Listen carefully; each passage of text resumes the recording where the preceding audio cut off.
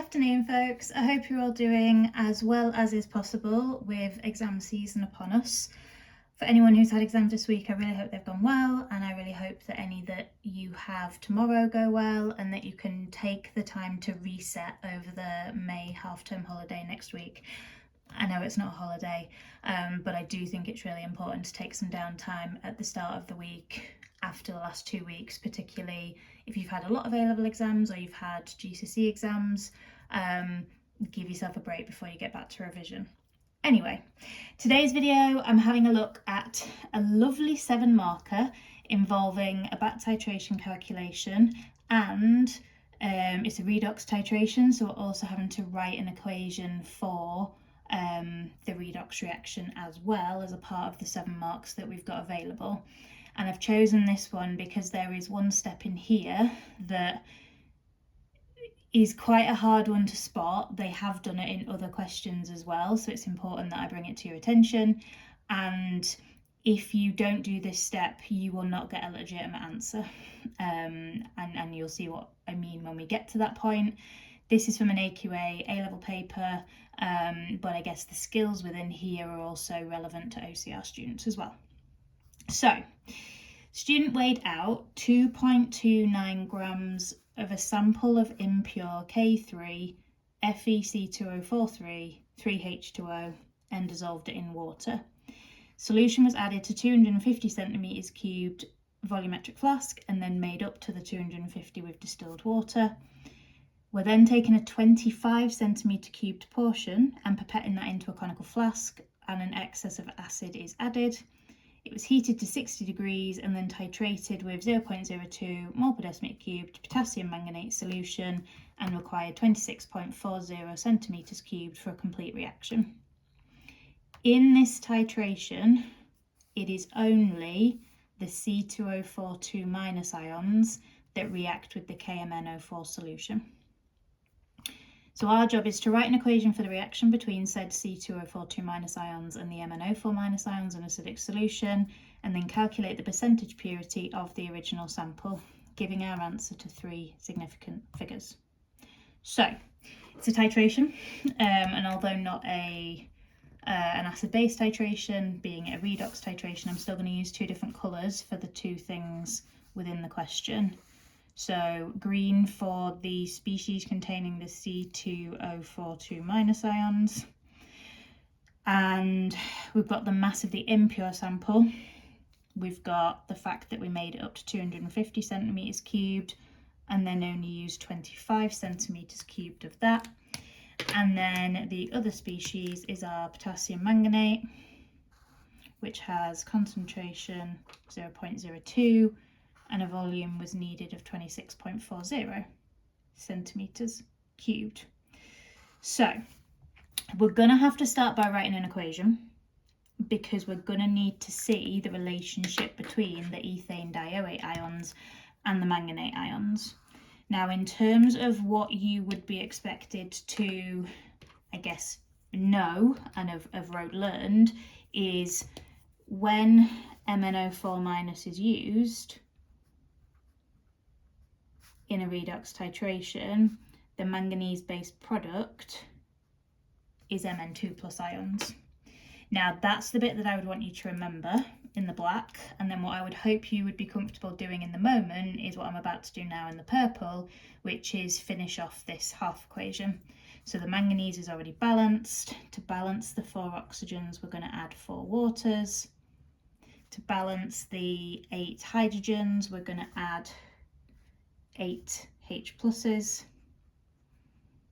And then to balance the charge, we've got +2, +7, so I'm going to need 5 electrons on this side as well. And that's why it says an acidic solution, because we need the H pluses from our acid. So that's why the excess of acid was added up here. And similarly, for the ethane dioate ions, the C2042- ions, the bit that you have to, I guess, learn is that they will become CO2. And again, what I would hope you then feel comfortable doing in the moment is going, right, 2 carbons, first thing I need is 2 CO2. my oxygens are now also balanced, so I just need to balance my charges and pop your 2 electrons on the right side. Now this is quite an annoying combination of oxidation and reduction half equations because we're going to need to times everything in the top equation by 2 and everything in the bottom equation by 5 to get our overall redox equation. The electrons are going to cancel, so I'm obviously not going to add those in. So we're going to have 16 H pluses plus 2 MnO4 minus plus 5 C2O42 minus, which is going to make 2 Mn2 plus 8 H2O plus 5 CO2. And that's our redox equation. Now you can just rote learn that, obviously. This is also the example that we need to be familiar with for autocatalysis. So it might be that you feel more comfortable learning that, but it's important for me to show you how you can work it out in the moment. So know these bits, finish off your half equations, join them together in exactly the same way you would any 2 half equations. Okay, now on to our calculation. So we have been given 2 pieces of information about the MnO4 minus ions, which is the concentration of 0.02 and the volume 26.40, which of course needs to be in decimeters cubed. And from there we can work out the moles in the usual way. So 0.02 times 26.4 divided by 1000, 5.28 times 10 to the minus 4.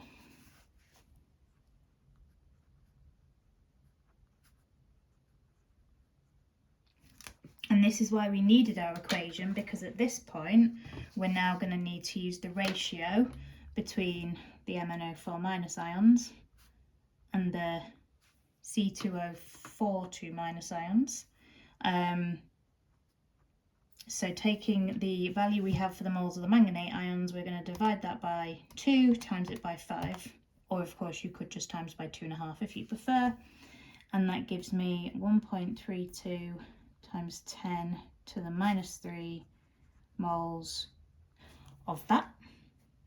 Now at this point, and I'd be doing this in any redox titration, I'd be thinking, what volume are those moles in? So this is where it's important that we recognise that we've only pipetted 25 centimetres cubed into the conical flask. So this is therefore the number of moles in 25 centimetres cubed. But originally we made up the solution to 250 centimetres cubed. So we're going to need times this number of moles by 10 to get the number of moles in 250 centimetres cubed.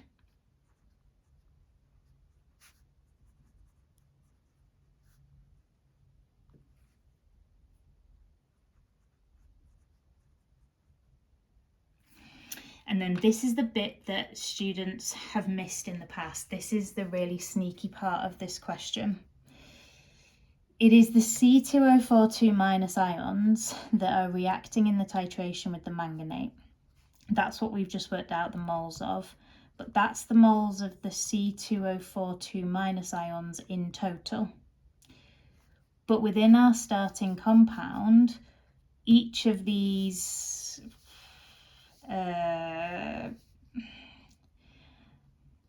not sure if I can really call them molecules, but in each of these there are 3 ethane dioate ions.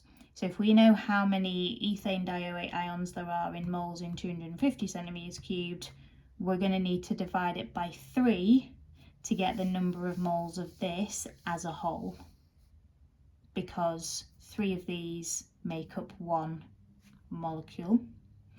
So therefore we need to work out essentially how many moles of the whole thing we have. Now, if you don't do this step, you will end up getting a value for the mass that is larger than the mass of the impure sample, which of course doesn't work. The percentage purity can never be greater than 100, and so that's where a lot of students probably would have ended up stopping, because they wouldn't have known how to proceed.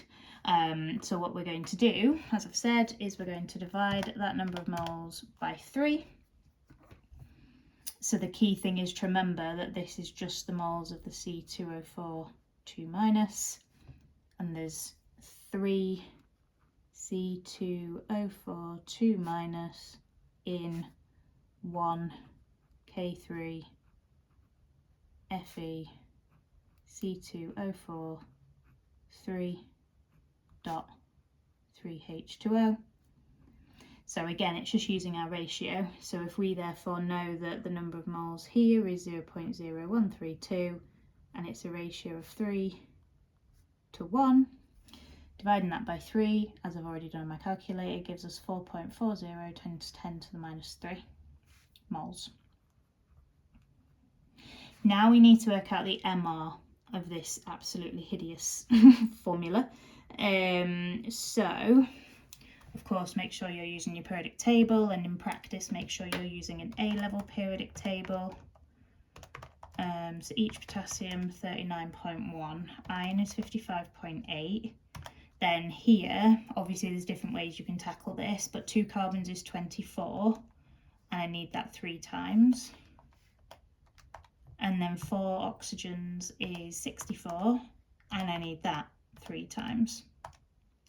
Then I need 6 from the hydrogens in the waters, and then I need 48 for the 3 oxygens, which gets me a whopping MR of 491.1. And then to get the mass of this whole species, we're going to do as we always would, moles times MR.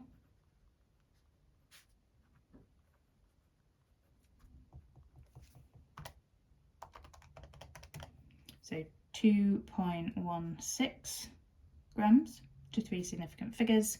And then percentage purity, we know the mass of the impure sample is 2.29 grams. So therefore, the percentage purity here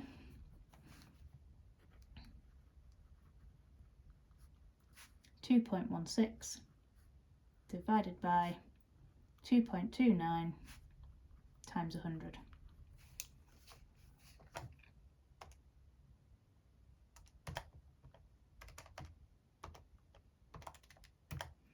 94.4 to 3 significant figures, which is what it's asked us for. And that's our answer.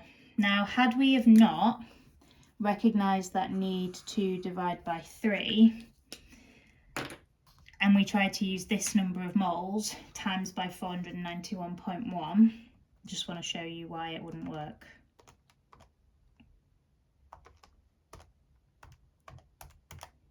Because you'd get a mass of the pure K3FeC2O43.3H2O 6.48. If the mass of the impure sample is only 2.29, there's no way that the mass of the pure stuff can be bigger than it. So that's what I meant in terms of it wouldn't work had you have not recognised that fact. But that aside, had you been able to do the first part, you would have still got a number of marks up until that point.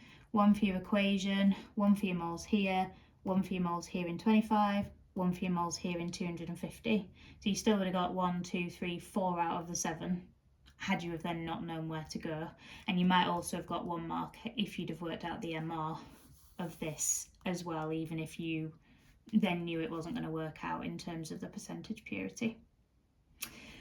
But that's not a very nice one, but like I say, they have done things like that in other questions as well, where the bit in the titration, we've then had to see how many of those there are in the original substance or original species to figure out that ratio as well. So hopefully that's been helpful to see. If there are any requests for videos moving forwards, please don't hesitate to let me know.